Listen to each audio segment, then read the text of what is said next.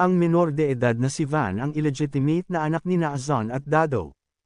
Siya ay ipinanganak noong ika-9 ng Hulyo taong 1982, bago ang bisa ng New Family Code at dahil dito, ginamit ng kanyang ina ang apelyido ng kanyang ama sa kabila ng kawalan ng kasal sa pagitan nila. At si Van ay kilala sa pangalang iyon mula noong kapanganakan ayon sa kanyang birth certificate na nakarehistro sa local civil register.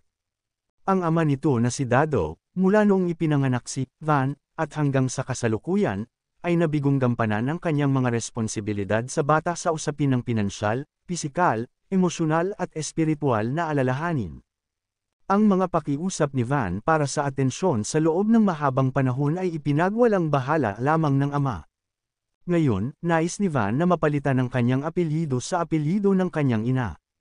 Ang ina ni Van, sa kalaunan ay maaaring magpetisyon sa kanya